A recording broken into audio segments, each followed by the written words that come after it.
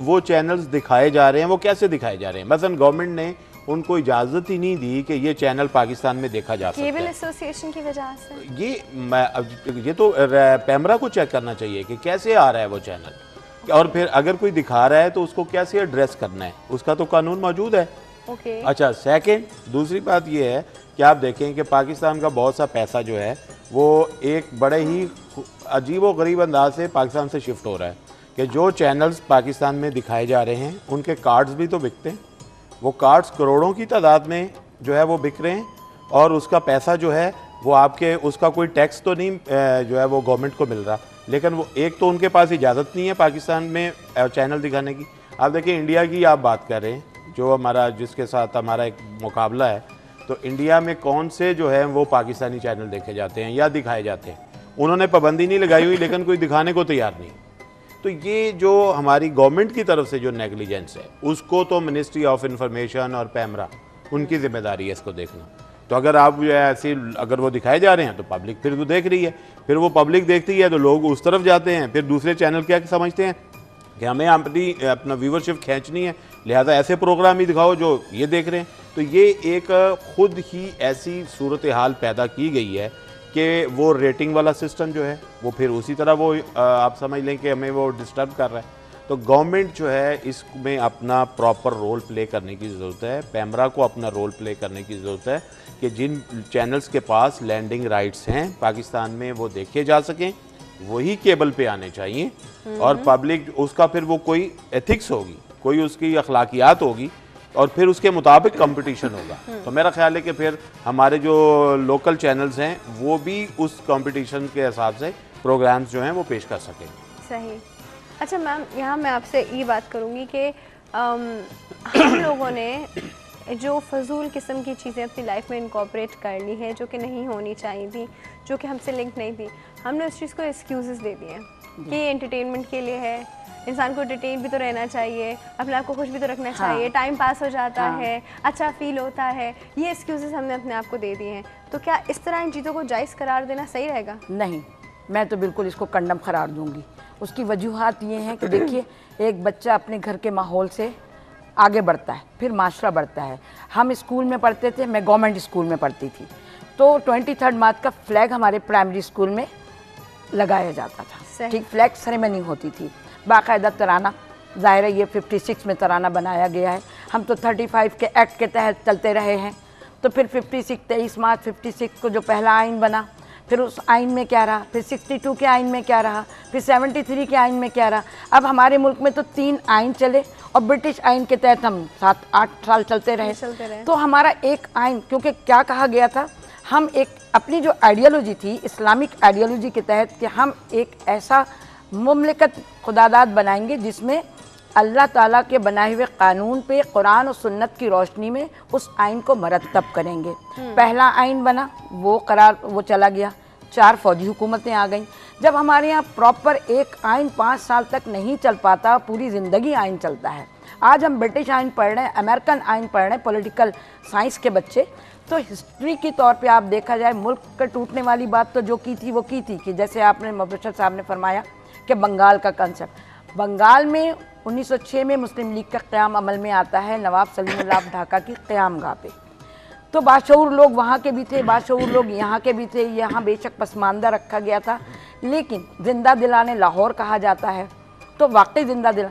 तो मकसद ये कि जो हम स्कूल की बात कर रहे हैं, हमारे एजुकेशन में आज एजुकेशन ने हॉलीडे दी है, तो हमने जब पढ़ा प्राइमरी में फ्लैग सेरेमनी हो रही है, उसके बाद घरों के ऊपर झंडे लगाए जा रहे हैं, बाकायदा बच्चों को मालूम होता है कि 23 मार्च क्या है।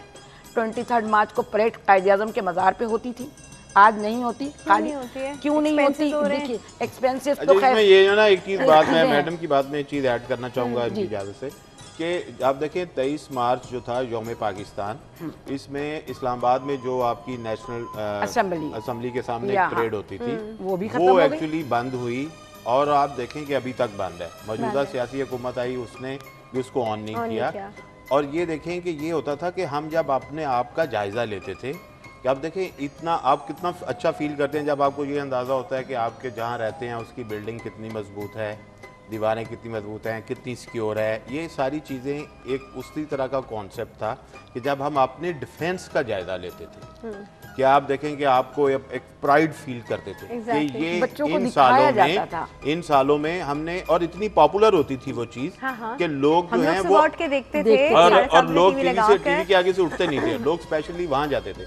अगर सिक्योरिटी की बात है तो उतने इतने बड़े जलसे हो रहे हैं इस वक्त, तो वो भी तो हो रहे हैं ना, उसकी सिक्योरिटी भी तो अरेंज की जा रही है। और एक्सपेंस की बात है तो एक्सपेंस जो और इतने इतने बड़े बड़े हो रहे हैं, क्या वो जो है वो फजूल एक्सपेंस नहीं हो रहे? तो मेरा ख्याल है कि जो नेशनल परेड थी उसको रिवाइव होना चाहिए, और वो लोगों को पता चलता था कि भाई हमने ये अचीवमेंट्स की हुई हैं इस वक्त तक, और आने वाले हमारे जो मुकाबले में लोग हैं उनकी क्या है, हमारा कंपैरिजन क्या है। आप देखें, आप फिर अगेन इंडिया की बात करूंगा, वो 26 मार्च को तो उसी तरह परेड कर रहे हैं। हाँ, नहीं, तो उन्होंने तो बंद नहीं की। इंडिया की बात जो है ना, जाहिर है वो इंडिया है, हम इंडिया को फॉलो क्यों करें? आपकी अपनी एक थीम अल्लाह ताला ने कुरान में दे दी है। हमारे नबी को तमाम हज्जतुल विदा में जो आपने मैसेज दिया है, आज हमने सूद आपके लिए हराम करार दिया, आज हमने ये कानून बना दिया, सियासी निज़ाम भी मौजूद है, उसके अंदर माशी निज़ाम भी मौजूद है, हर घर तो सूद के कारोबार से चल रहा है। तो हमारे यहाँ फिर शर्त शरी है ना,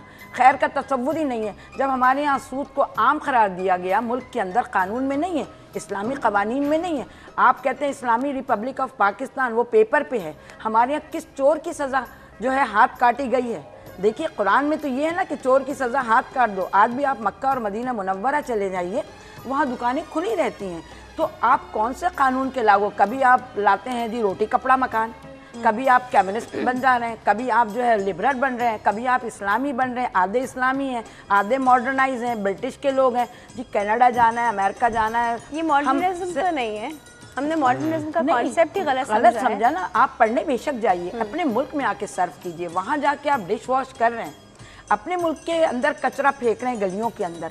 कायदे आज़म ने इसलिए नहीं कहा था मुल्क, कायदे आज़म फाउंडर ऑफ द नेशन। आज कोई बच्चा, ज़ाहिर है मैं पाकिस्तानी स्टडीज़ पढ़ाती हूँ, अभी सुबह में एक न्यूज़ के ऊपर देख रही थी, असम्बली के मेंबरान को ये नहीं पता था कि किसने करारदाद पेश की है, वो कैसे असम्बली में बैठे हैं। जब असम्बली के मेंबरान, जो कि पार्लियामेंट एक रोल मॉडल होती है किसी भी मुल्क के लिए, वो कैसे असम्बली मेंबरान है। सुबह का प्रोग्राम था एक चैनल पे, तो आप ये बताइए कि असम्बली के मेंबरान को करारदाद का नहीं पता। और मैं ये कहूँगी कि पाकिस्तान मुल्क जो है, इसको तो मौजज़ाना तौर पे उन लोगों ने बनाया है जो अल्लाह के महबूब बंदे थे, क्योंकि सादा लौ, नेक नियति, वो नहीं, मफाद परस्त नहीं थे कि आज जी मेरी जान के लिए जो है ना मेरे लाले पड़ गए हैं, तो मुझे जो है ना आप जो है उस तरह की गाड़ी प्रोवाइड कीजिए और आगे पीछे 50 गार्ड चाहिए, ब्लड प्रूफ गाड़ी चाहिए। क्यों? आपको मौत तो शहरक से करीब हो तो सेकंड में आ सकती, पानी के घूंट में आ सकती, आपको डर क्या है? अमीरुल मोमिनीन हज़रत उमर फारूक रज़ी अल्लाह ताला अन्हो, आप कैसे चल रहे होते थे? हाँ। आप फरमाते थे कि दरिया फरात के किनारे भी नहीं हो सकते। कोई नहीं, क्यों?